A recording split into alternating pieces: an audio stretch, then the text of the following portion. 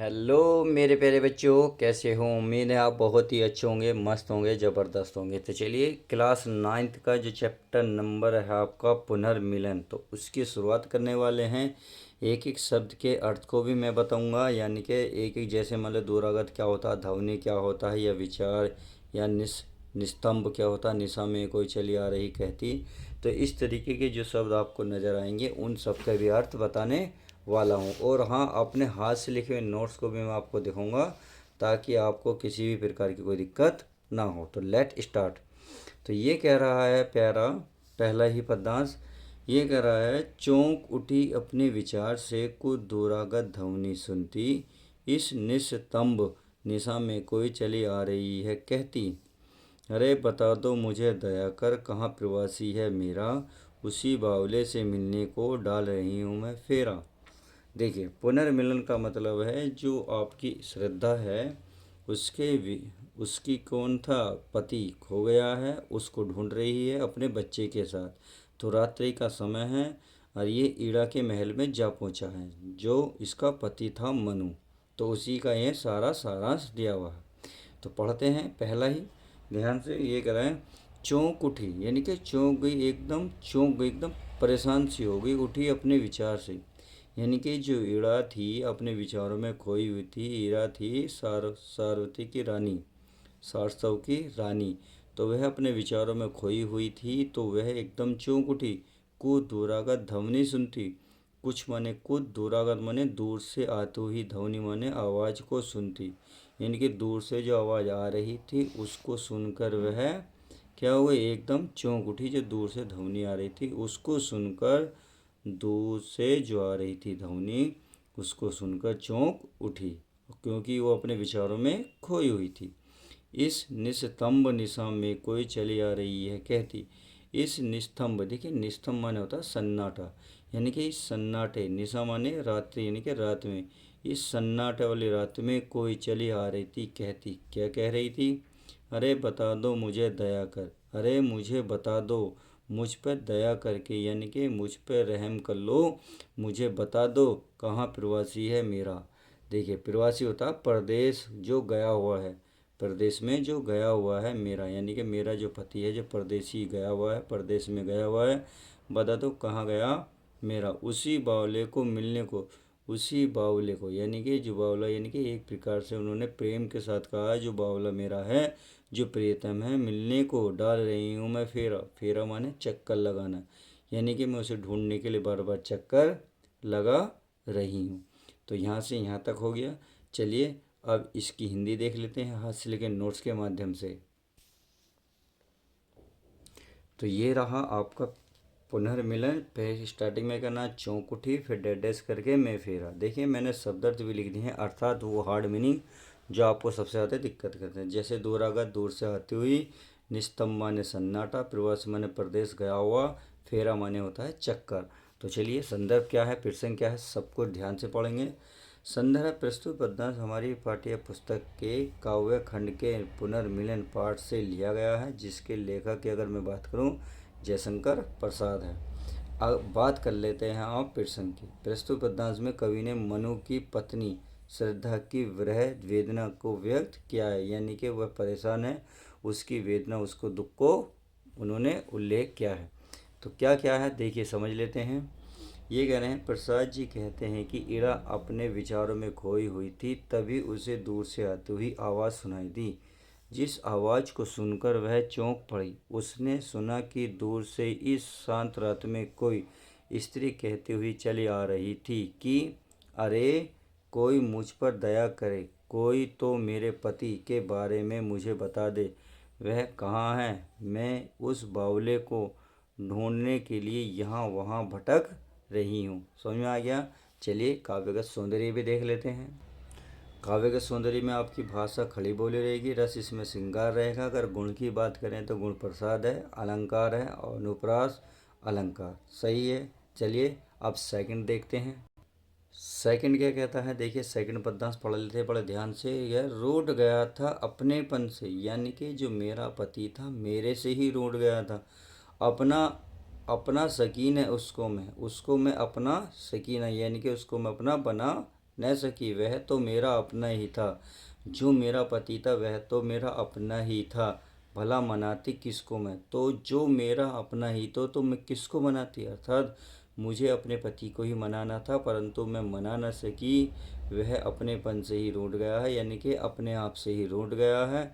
भला मनाती किसको मैं, तो अब मैं किसको मना सकती थी। सही है। आगे, यही यही भूल अवसूल दृश्य हो साल रही है उर्मे मेरे, कैसे पाऊंगी उसको मैं, कोई आकर कह दे रे। तो कह रहा है यही वो जो भूल हुई है, यह जो मेरी भूल हुई है अब, सूल मन होता है कांटा, सदृश्य, देखिए सदृश्य होता है समान, यानी कि कांटे के समान हो। यह जो भूल हुई है मेरी कांटे के समान हो गई है, साल रही है उर्मे मेरे। देखिए साल माने होता है चुभना, रही है उर माने होता है हृदय में मेरे, यानी कि मेरे हृदय में अब यही बात चुभ रही है, यही भूल अब चुभ रही है कांटे के समान। सही है। कैसे पाऊंगी उसको मैं, अब कैसे पाऊंगी, जो रूठ गया मैं उसको कैसे पाऊंगी, कोई आकर कह दे रे, अरे कोई तो मुझे बता दे रे, मैं उसको कैसे मनाऊंगी। समझ में आ गया। तो चलिए यहाँ से यहाँ तक के अब हिंदी हाथ से लिखे नोट्स को देख लेते हैं। तो आपको क्या करना है, शुरू के दो शब्द लास्ट के दो शब्द लिखने, बीच में डेड डैश। जो हार्ड मीनिंग है मैंने यहाँ लिख दिए, जैसे सूल माने होता है कांटा, सदृश माने समान, साल माने चुभना, उर माने होता है हृदय यानी कि दिल में। सही है। संदर्भ आपको वही रहेगा, बार बार मैंने इसलिए लिख दिया है, बार बार रिपीट होगा तो आपके बिल्कुल कंटेस्ट याद हो जाएगा। अब चलिए प्रसंग देख लेते हैं। प्रसंग सबका अलग अलग रहता है, इसलिए मैंने प्रसंग भी अलग अलग लिखवा दिया है। यहाँ कवि ने पति के विरह में व्याकुल श्रद्धा की वेदना को व्यक्त किया है। तो चलिए व्याख्या देख लेते हैं क्या कहती है। व्याख्या को ध्यान से देखेंगे, इम्पोर्टेंट है। ये कह रहे हैं, श्रद्धा कहती है कि मेरा जो मन है, मन मुझसे रूठ गया, यानी कि मेरा जो मनु है मुझसे रूठ गया है। ऐसा लगता है कि वह अपने आप से ही रूठ गया है, यानी कि मुझसे नहीं रूठा, वह अपने आप से रूठ गया है। मुझे तो ऐसा लगा था कि वह अपने आप ही मान जाएगा, परंतु वह मुझे छोड़कर न जाने कहाँ चला गया। मैं उसे मना भी न कर सकी, यह भी न सोचा कि कोई अपने आप भी कहाँ मानता है। मेरी यही भूल अब मेरे हृदय में कांटे की भांति चुभ रही है, अर्थात मनु अब अपने आप पछताप कर रही है कि मैंने यदि। अब चलिए नेक्स्ट पेज पे देख लेते हैं। मनु को मना लिया होता तो वह मुझे छोड़कर न जाता, अब मैं उनको कैसे ढूंढूं, कोई तो मुझे उनके बारे में आकर बता दे रे। सही है। अब काव्य के सौंदर्य देख लीजिएगा। भाषा अगर मैं बात करूँ खड़ी बोली, गुण प्रसाद, रस क्या है श्रृंगार, अलंकार अनुप्रास अलंकार। चलिए अब तीसरा देख लेते हैं। तो तीसरा क्या कह रहा है, देखिए ये कह रहा है, इड़ा उठी, यानी कि इड़ा जो रानी थी वह उठी, दीख दीख पड़ा राजपथ। दीख पड़ा राजपथ माने जो राजा महल की तरफ रास्ता जाता था उसकी तरफ धुंधली सी छाया चलती, जो धुंधली सी छाया थी वह चलती हुई नजर आ रही थी, यानी कि महल की तरफ चलती हुई नजर आ रही थी। वाणी में थी करुण वेदना, यानी कि वाणी यानी कि उसकी बातों में, उसकी आवाज़ में थी करुण वेदना। करुण माने दुख भरी वेदना, यानी कि दुख था उसकी वेदना में, यानी कि पीड़ा थी। समझ में आ गई। यानी कि उसकी जो आवाज़ थी, आवाज़ में दुख था। करुण माने दुख भरी आवाज़ थी। वह पुकार जैसे जलती, वह पुकार जैसे जलती, वह पुकारते हुए जैसे जलती हुई, यानी कि जैसे इस तरीके से जल रही थी जैसे कोई कपूर आग में जलता है। शिथिल शरीर वसंस विश्रृंखल। शिथिल माने होता है पतला कमजोर शरीर था, वसन माने होता है कपड़े, और विश्रृंखल माने इतर वितर, यानी कि कपड़े भी उसके क्या थे बिखरे हुए थे और उसका पतला शरीर था। समझ में आ गया। शिथिल माने होता है मतलब थका हुआ, एक प्रकार से थका हुआ कह सकते हैं शरीर, उसका थका हुआ शरीर था। वसन माने होता है आपके वस्त्र, विश्रृंखल माने होता है बिखरे हुए। सही है, यानी कि अस्त व्यस्त। सही है। शिथिल बता दिया, थका हुआ शरीर था और बिखरे हुए कपड़े थे। कबरी अधिक अधीर खुली। कबरी माने होता है चोटी, यानी कि बालों की चोटी अधिक अधीर खुली। कबीर की माने कबरी, उसकी जो चोटी थी अधिक अधिक खुली थी, अधीर खुली। देखिए अधीर माने होता है हवा से हिलती हुई खुल गई थी, यानी कि हवा जो चल रही थी उससे उसकी चोटी खुल गई थी, उससे ही उसके कपड़े इतर बितर हो गए थे और उसका शरीर थका हुआ था। समझ में आ गया? यानी कि उसका शरीर थका हुआ था तथा उसके कपड़े हवा से बिखरे हुए थे, उसकी चोटी भी हवा से खुल गई थी। छिन्न पत्र मकर नंद लुटी सी जो मुरझाई हुई कली। छिन्न पत्र, देखिए छिन्न पत्र होता है पत्ते के समान, छिन्न पत्र माने पत्ता, भिन्न, छिन्न पत्र माने कि पत्ते के समान। मकर कंद, देखिए मकर कंद होता है पुष्प रस, लुटी सी यानी कि इस प्रकार से होती जिस प्रकार से पुष्पों से फूल खत्म हो जाता है, महक खत्म हो जाती है, उसके बाद वह मुरझा जाता है और पत्ते के समान बिखर जाता है। जब उसकी पंखुड़ियाँ बिखरती हैं तो वह उसी के समान थी। जो मुरझाई हुई कली, ऐसे थी जैसे कोई कली एक मुरझा जाती है। आई होप समझ में आ गया होगा। चलिए हाथ से लिखे नोट्स को भी देख लेते हैं। तो चलिए ये हो गया आपका शुरू से लेकर लास्ट तक। बीच में शब्दार्थ कितने जो हार्ड हैं, देखिए हार्ड मीनिंग इसलिए लिख रहा हूँ बार बार ताकि आपको कोई भी दिक्कत ना हो किसी भी प्रकार से। तो राजपथ होता है राजमार्ग यानी कि राज्य की तरफ जाने वाला रास्ता। वेदना माने होता है पीड़ा यानी कि दुख। वसन माने होता है कपड़े। कबरी माने होता है चोटी। और करुण माने दुख भरी। शिथिल माने थका हुआ। विश्रृंखला माने अस्त व्यस्त यानी कि बिखरे हुए। अधीर मान्यता हवा से हिलती हुई। छिन्न पत्र यानी कि पत्ते के समान टूटी हुई। मकरगंध, ये पकड़गंध नहीं है, मैं है प्यारे बच्चों, मैं ये गलती से लिख दिया है, मैं। मकरगंध यानी कि पुष्प रस, सही है। अब आगे चलते हैं। संदर्भ अब तो वही रहेगा। प्रसंग देख लीजिएगा। प्रसंग क्या कहता है? ये इस पद्यांश में कवि ने देखिए दो बार हो गया है। इस पद्यांश में कवि ने बताया है कि इड़ा सोच में डूबी बैठी थी, तभी उसे एक स्त्री की आवाज़ सुनाई पड़ी जो अपने पति को ढूंढने की पुकार कर रही थी। अब व्याख्या देख लेते हैं। श्रद्धा की वेदना भरी आवाज़ सुनकर इड़ा उठ खड़ी होती है। इड़ा को राजपथ पर किसी स्त्री की धुंधली सी छाया चलती प्रतीत होती है, जिसकी वाणी में करुण वेदना है। वह पुकार विरह में ताप में जलती हुई प्रतीत हो रही है। श्रद्धा का शरीर अपने प्रीतम की खोज में पतला हो गया है और उसके वस्त्र भी बिखरे हुए हैं। उसकी वेणी यानी कि चोटी, चलिए समझ में आ गया चोटी। अब आगे देखते हैं। चोटी खुल गई है और वह टूटे पत्तों की भांति बिखर गई है। श्रद्धा की स्थिति ऐसी हो गई है जैसे कोई कली मुरझा गई हो। समझ में आ गया? चलिए अच्छी बात है। अब काव्यगत सौंदर्य देख लीजिएगा। ये तो आपको वही है। भाषा खड़ी बोली, गुण प्रसाद, रस श्रृंगार, और बस देखिए अलंकार ही चेंज होता है, उपमा तथा रूपा, सही है। तो चलिए अब नेक्स्ट देखते हैं हमारा क्या कहता है। तो नेक्स्ट है हमारा प्यारे बच्चों, ये कह रहा है, यहाँ तक हो गया ना, कली मुरझाई। तो नव कोवल अवलंब साथ में वे किशोर उंगली पकड़े चला आ रहा मौन धैर्य से अपनी माता को जकड़े। थके हुए थे दुखी बटोही वे दोनों ही माँ बेटी खोज रहे थे भूले मनु को जो घायल होकर लेटे।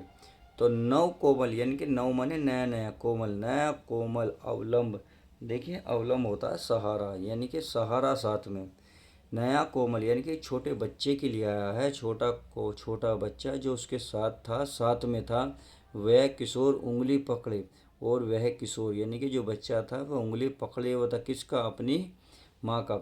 चला आ रहा था मौन धैर्य सा यानी कि वह चला आ रहा था मौन धैर्य, अपने मौन यानी कि चुपचाप था, और धैर्य था बिल्कुल चुपचाप शांत था। उससे कोई भी प्रकार से क्या नहीं थी, हलचल नहीं थी। अपनी माता को जकड़े, और अपनी माता को ने पकड़ रखा था। तो छोटा बच्चा नव कोमल यानी कि छोटा जो बच्चा वाला था नव कोमल लगाया उसके लिए। अवलंब साथ में वह किशोर उंगली पकड़े, और वह किशोर उंगली पकड़े आ रहा था किसकी? अपनी माता की। थके हुए थे दुखी बटोही, थके हुए थे दुखी बटोही माने होता राहगीर। वे जो आ रहे थे, वे जो दुखी थे, राहगीर थे यानी कि जो रास्ते में आ रहे थे, माँ और बेटा। तो वे कौन थे? वे थके हुए थे और दुखी भी थे। वे दोनों ही माँ बेटे, देखो यहाँ लिख दिया इन्होंने, वे दोनों ही माँ बेटे। जो माँ बेटे थे वे दोनों ही दुखी थे और थके हुए थे, सही है, जो उस रास्ते पर आ रहे थे। खोज रहे थे भूले मनु को, और वे खोज माने ढूंढ रहे थे, खोज माने होता ढूंढ रहे थे भूले मनु को, जो भूल गया था, जो घर से निकल गया था रूठ कर, उसको वे ढूंढ रहे थे। जो घायल होकर लेटे, जो घायल होकर इड़ा के महल में लेटे हुए हैं, वे उसको ढूंढ रहे हैं। आई होप समझ में आ गया। चलिए अब इसको यहाँ से यहाँ तक पढ़ते हैं। तो नौ कोमल फे डैश होकर लेटे, शब्दार्थ है अवलंब माने सहारा, बटोही माने राहगीर, वह माने उम्र, सही है, छोटी उम्र के बच्चे। तो संदर्भ वही रहेगा आपका जो बिल्कुल सेम टू सेम है। तो चलिए आगे देखते हैं, प्रसंग देखते हैं। प्रसंग में यहाँ कवि प्रसाद जी ने बताया है कि श्रद्धा के साथ उसका पुत्र भी था, वे दोनों अनु को ढूंढ रहे थे, यानी कि सॉरी मनु को ढूंढ रहे थे। व्याख्या देख लेते हैं। इड़ा ने उस स्त्री को देखा और क्या ये उसके साथ, यह उसके साथ एक बालक भी था, यानी कि इड़ा ने उस स्त्री को देखा तो उस स्त्री के साथ एक छोटा सा बालक भी था, जो उस